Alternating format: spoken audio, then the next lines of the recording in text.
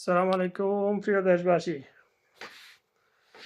আমাদের যে বন্যা দেশে দেখা দিছে, দুর্যোগ দেখা দিছে, তো আমরা দল মত নির্বিশেষে সবাই একমত হয়ে একজোটে কাজ করলে আমাদের যেই সমস্যাটা সমাধান করা যাবে এবং গরিব মানুষের, যে বন্যা কবলিত মানুষের, অসহায় মানুষের, তারা এখন অসহায়, তাদের অর্থ সম্পদ আছে কিন্তু তারা এখন অসহায়, তাদের পাশে দাঁড়ানোটাই সেটা আমাদের উচিত এবং আমাদের দেশ রক্ষা করা উচিত।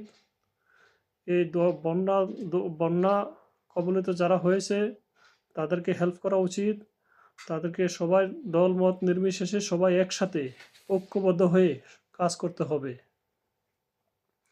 এই কাজের শেষ আমরা ফারুক্কা বাঁধের ব্যবস্থা করব, আমরা নিজেরাই বাঁধ নির্মাণ করব ইনশাআল্লাহ।